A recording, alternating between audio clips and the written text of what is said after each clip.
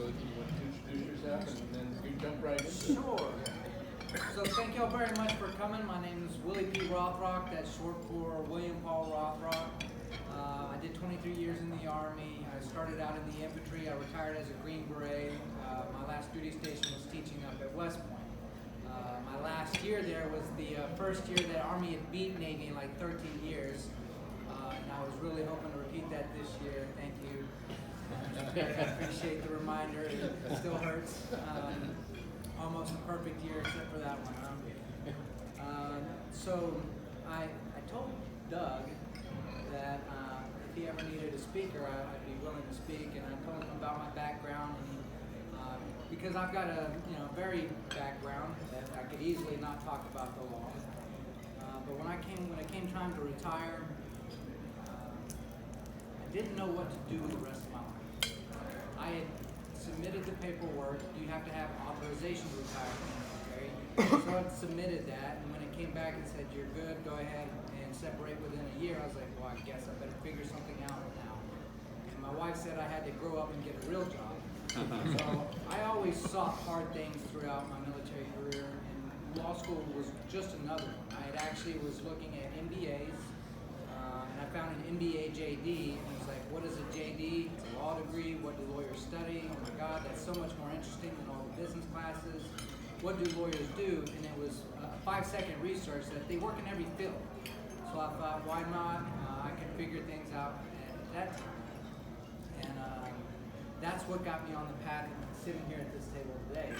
And it was in law school that I met Doug. I don't remember who introduced me or invited me, but my first meeting was at the Athens Cafe, and I want to say it was 2018. Whoever invited me wasn't able to make it, so I was there by myself. Doug doesn't know this, but at the time I was sitting there, I didn't even know he was Doug Waller, the host, but I remember hearing Doug bragging about somebody else's success. So in the back of my head, I was like, this is somebody I want to be a mentor. This is somebody that I want to know better. And then as I don't remember if there was banging of the glasses, he stood up and he's like, I'm Doug Waller. I was like, oh, that makes sense now. But before I'd even met him, he had already made an impression on me, somebody who was not bragging about his success. He was bragging about other people's success. And I was impressed from the beginning, and I attended several lunches over there at the Athens Cafe, and then when I finally got to a point in my legal career that I could start making the lunches, I picked it back up, and they're here now. So I appreciate the opportunity to speak, and I appreciate everything you've done. I've learned something at this table every time I sit here, so thank you very much. So mentorship. So I'm going to pass around this magazine. After I agreed to speak here, I told Doug I'd like to talk about mentorship because it means a lot to me. And I was sitting in my office and remembered that this article from 2004 has a picture of me taken in 2003 in Afghanistan when I was a very young staff sergeant. I'm going to pass this around and explain the photo. In the photo, just prior to this photo being taken, we had infiltrated into Afghanistan, into this little village. Another team, this is back before I was a Green Beret. I was an infantry staff sergeant with the 10th Mountain. We had been planning for weeks to go on this big operation, and it got canceled because some other unit had gotten into contact and it was all going bad. So they spun us out to go out there. We got out there and there was like nothing. It was 2 weeks of pretty much nothing but chasing intelligence, somebody across the battlefield. It kept moving, but it was hot. I remember it was like one of the hottest I've ever been. My first duty station was Panama, so I thought I knew heat. I did not. Afghanistan is really hot. So we're climbing these mountains and running out of water, so we had to have a resupply. The birds were coming in. We had climbed all these mountains to secure the drop zone, and whoever was responsible for marking the drop zone threw out a red smoke. Red smoke means hot LZ, break it off. So the aircraft all pulled away and dropped all of our water in another valley. So we had to all come down the mountain, climb over another mountain to go get all of our water. And that picture was taken after we'd gotten our resupply. And the bird in the background, the helicopter in the background, is actually taking one of our soldiers away who was a heat casualty. When we asked for that water resupply, we were on the verge of running out of water. So when we had to walk, we literally, the entire company, over 120 people, had run out of water going to get the water we needed. So that picture was taken when I was briefing one of my sergeants. So as a staff sergeant, I'm in charge of 8 people, 9 including myself, 2 team leaders who are E5s. Sergeant Summers was one of my sergeants. We had received intelligence that us moving into that next valley, it spurred activity in the village. So I was basically debriefing him on this sort of raid we were going on. We were going to go into this next village and attempt to make contact, whether the contact was shaking hands, hey, how you doing, or meeting the enemy. And I remember the photographer was running around. She took that picture, and over a year later, I see my picture in this magazine. So I kept the magazine all these years. This magazine's from 2004, so here we are, 21 years later, and I dug it out to bring to this meeting. And I had an idea of what I was going to talk about until I saw this picture. I wanted to add something to this. It dawned on me that at that moment, because you can't just brief your entire team, there has to be people out on the perimeter pulling security. So you brief somebody, then they go brief everybody on the mission. And that has pretty much been the standard for military operations as far back as anybody can really remember. Somebody's in charge, people are going to come up with a plan, they're going to disseminate that plan, and it goes on down the line. That is a process that has happened for thousands and thousands of years. And at this moment, by this time in my career, I jumped into Kosovo, but there was no action. This was the first time I'd actually been in actual combat. But I was doing my best to repeat the lessons that I had learned from the people that I respected, the things that I saw other leaders do and how they did it, how they presented it, and try and get as much detail in as little time as possible. It was a process that has literally been repeated for thousands of years, and I was now a chain in that link. I realized that when I was looking at this picture, because the article talks about Mentor. Mentor was Odysseus's son's teacher, and that's where we got the name Mentor. And I thought that was, because it had been years since I'd read this, and I thought that was absolutely interesting. And to know that being a mentor is just as important as having a mentor. Because what you will see in everybody's resume, what you will see on websites looking for people's career, they're going to look for education and experience.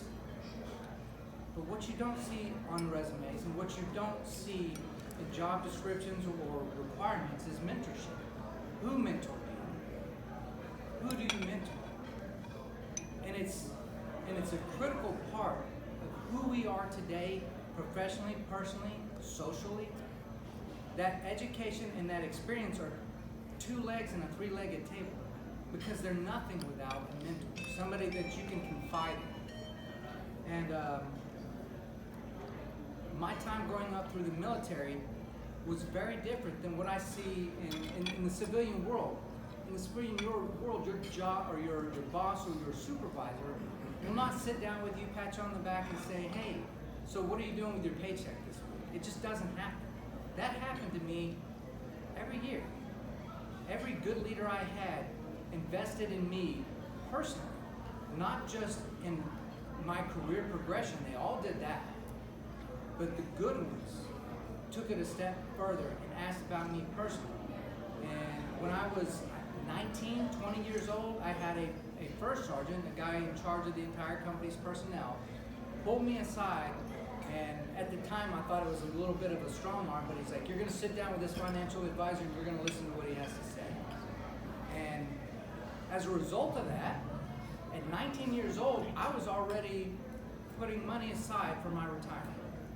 That man took a moment, even by force, to prepare me for where I am today. And I am so grateful for that. And that's something else that I am going to pass on to my daughter. is that early planning in your financial security, because having financial security is absolutely liberating. Me retiring from the Army, knowing that I never have to work, it allows me to take any job I want and to be able to do what I want. And when you're able to do exactly what you want, you love it. You love the job. It makes you passionate. In one of my first units, there was E7 Sergeant First Class. He's a big guy. He was abrasive. He was a combat veteran with the 75th Ranger Regiment, and I looked up to him. And there was a day we would do 5-mile runs, and the first time we were going on a 5-mile run, I was like, okay, I'm about to show him, because I was skinny and fast. That big dude smoked me the entire run, like disappeared, never saw him again until the end. And then I realized, like, this guy, you can't judge a book by its cover, you know? So he had more to offer than just experience. Like, he practiced what he preached. And a lot of my good mentors did exactly that. They didn't tell me what to do. They showed me what to do by their actions. Every time they set me down and had those counseling sessions, that's what that was about. And it was years later when I actually started teaching at West Point that the term mentorship really started meaning something to me, that I started digging into it and learning more about what it was about. Because at that point, it was just called counseling. It was mandatory. You come in, hey, this is what you were supposed to do last month. This is what you did. This is what you need to do to improve. This is what you need to do to fix any mistakes you made. It was a very standard process. But the term mentorship really came to light when I was at West Point, because every cadet up there was required to have a mentor. And I had 40 cadets that were at my house eating everything in my house, to the point like the cupboards were bare. And I say bare, I mean decades old schnapps would disappear. And my wife, I met her and married her in Italy when I was stationed over there. We had another Italian friend. They would get together and make like 5-6 pizzas. They would kill these pizzas, eat all the ice cream. They would just pull out all the pasta. But in that process, all these cadets, they were there at my house, and I was being a bit of a mentor. And now I realize that give me a second, getting choked up. They played a bigger part in my life than I ever could imagine. Because my daughter is now a cadet. And I think that her being in elementary school and junior high at that time, seeing these college students, all of them, good people to their heart, an impact on her. And I see that she's taken that career path as well. So having them in my life meant a lot more to me, than I think that I did to them. And so when I asked to talk about mentorship, it's something that's near and dear to me. When I finally retired and went to law school, the Special Forces Association, this is the jacket I'm wearing now, they asked me to be a member. At the time I was already a member, but I didn't tell them because I just didn't want to be involved. I just wanted to focus on law school. And they're like, oh, come on out. You don't have to do anything. A year later I'm the president. Yeah, they got me. Tremendous recruiters. They know their job well. But as I was sitting in one of those meetings, there was this guy named Pat Mulvihill. Some of you may know him. He's a big Rotarian, another mentor in my life. My uncle, he was Rotarian, and it seemed like every Rotarian I had met was good people. I had yet to meet a Rotarian I don't like. So Pat was sitting behind me, and the SF Association here in Jacksonville, in Northeast Florida, I'm the kid. I'm 29 years old, and I'm the kid in the group. These are all Vietnam era veterans, and they're in there and they're complaining about, I think it was one of our golf tournaments or something else that we were doing. We actually have a golf tournament May 16th. But they were just complaining, and in my head I was thinking, this is why I didn't want to be here. And Pat stands up and says, look, the road out here, They said we'd never get it changed, the name changed to the MIA POW Memorial Road. They said that we never get Congress to authorize and fund Cecil Field to be the spot, the national memorial and museum for MIAs and POWs. He said, it took us 10 years to do it. It took us 10 years to do it, but we got it done. And if you want to do this, you're going to have to stop complaining and work towards it. And I thought to myself, this is my new mentor. I'm new to Jacksonville, and I finally, met somebody here locally that I was just like, oh yes. I'm like, all right. It's like, this guy is my new mentor. He doesn't know it yet, but he is. And then I learned he was a Rotarian, and now I'm a Rotarian. So, and he's still to this day one of my mentors. I'll show you. And I just wanted to share with you that you can spend your entire life building a company, building a program, but nothing we do in this world will last if you do not prepare somebody to take your place. We're all gonna die. You can create the perfect company, but if you are not producing somebody to step in your shoes and take your place, then that institution will fail. So if you don't have a mentor in your life, find one. And one of the hardest mentors you will find to have is someone with moral courage. And that's who Pat is to me. Somebody who's willing to stand up in a room full of Green Berets and scold on the pettiness of those conversations. That's why I chose Pat.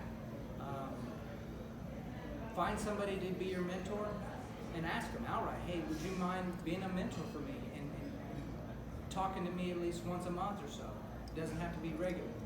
And even as important as having a mentor is being a mentor. Having a mentee. To this day, when Zena was telling me about her daughter Zara, state wrestling, and I was like, oh yes, we got to get her into West Point. I tried convincing my daughter to do wrestling in high school. I was like, you have no idea this is going to open doors for you. So the moment you told me your daughter was a wrestler, I was like, oh, this is amazing. Because what I've learned is that athletes, musicians, have something very in common with lawyers. Athletes and musicians tend to do really well in law school because it requires one thing that a lot of other degrees do not require. Practice. You have to put in the repetitions. You have to do the multiple choice questions. You have to do the essays. When you become a lawyer, you can read as many books as you want, but you will not be an expert until you practice. Because life throws at you so many changes, so many audibles. And if you try and take it on yourself, you will fail. And I'm an advocate for failure. I am not an advocate for setting everybody up for success. You can do that to a degree, but you will never know your limit until you've crossed it. And if you are not reaching for that limit, you're not really pushing yourself. You don't go to the gym and lift light weights. You don't go out and walk the track in order to become fast. You really have to push yourself, and that's what practice does. You have to take on those new challenges. Part of that is having somebody that you can confide in, somebody that will listen to you with unjudgmental, open ear. I took a course while I was at West Point. They sent me to the FBI crisis negotiation course. And when they were teaching us the basics of crisis negotiation, hostage negotiation, I was like, this is brilliant. Because they were teaching, their fundamentals was so simple. Listen. Listen to what this person in a crisis is going through. Listen to, try and identify their issues. Repeat them back to them. They were teaching me techniques that some of them I had practiced without knowing them, some of them that I had no idea about. Being able to rephrase their comments whenever they're talking, just rephrase it to them. Make sure you're clear on what it is they're communicating to you. Because If you're just listening to someone talk, waiting for your opportunity to speak, you're not listening. You're just waiting for your opportunity to speak. So if you find a mentee, it's critical that you put aside what it is you want to talk about and understand their issues before you begin to speak. The mentors in my life that I have opened up to have done just that. And I am so grateful for every mentor in my life because they've gotten me to where I am today. And I absolutely intend to pay it back. I'm currently mentoring a guy who switched from Navy to Army because he wanted to be a Green Beret. And I'm teaching him land navigation because he didn't know how to read a topographical map. And I love it. I love getting out in the woods. So my first opportunity, I take him out into the woods at 4 o'clock in the morning before you can see anything and walk trails and show him on the map what the terrain looks like in the dark. And then when the sun came up, we walked back and I showed him the same terrain. And seeing him pick up what I've taught him and doing better means more to me than anything, because it's not about how far we can climb. It's about lifting others up to climb higher than you ever can. Because at some point you're going to reach your peak, and you're not going to be able to move anymore. And if we want to make the world a better place, you have to focus on making the next generation better than your own. That's what it all boils down to, just making the next generation better than your own. The only way we're going to do that is by listening to somebody you trust, and taking somebody else under your wing, and giving them everything you got. Because otherwise it goes to the grave. And that's all.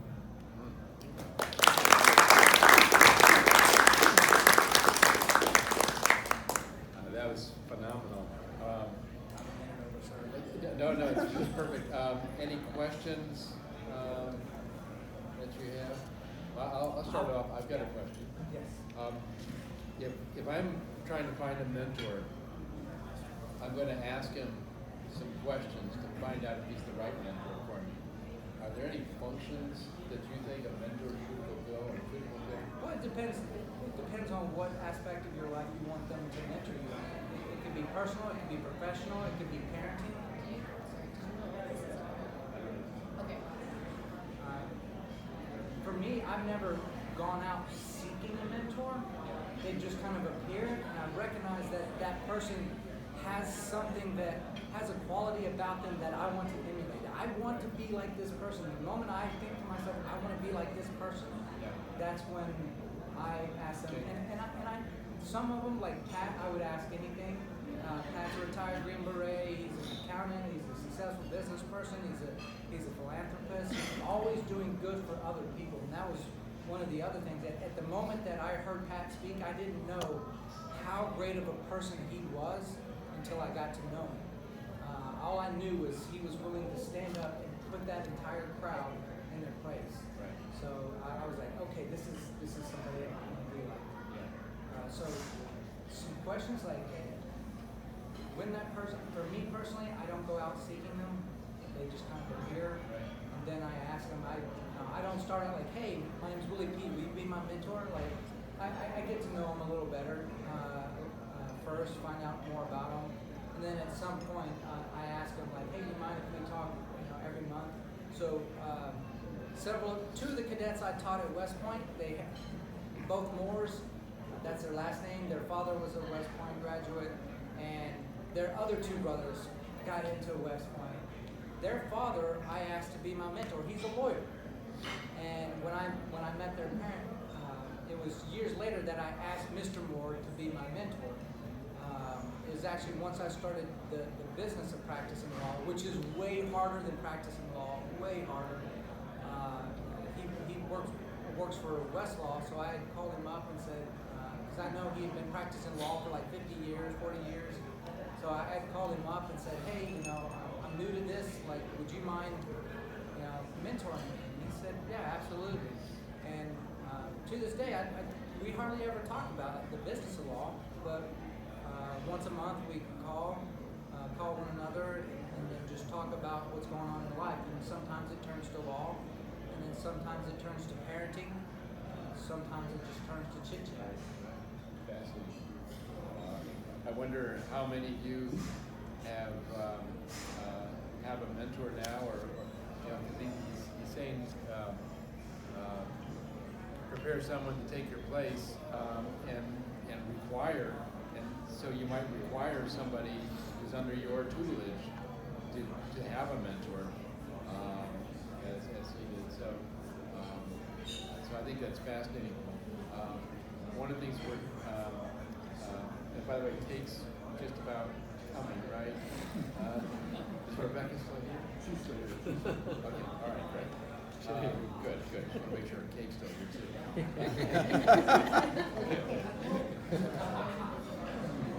Yes, here comes Rebecca now, with a knife. Okay, great. And I think what we're going to do is we have plates? Yeah, could I show? Yes, this? yes. If there's more questions, Oh, okay. I don't want to. Okay, yes. Yeah, Yes. yeah, we can hold on. Real quick question. What do you think is the difference between mentoring and training? So like, you know, we have associates and we want to mentor them, but you're also training them. So like, what is the line that you think it transforms into mentorship? So with training, you're initiating the progression. You're wanting somebody else to get to a certain standard, and you're going to drive that person into that standard. Whereas a mentorship is them wanting, them coming to you for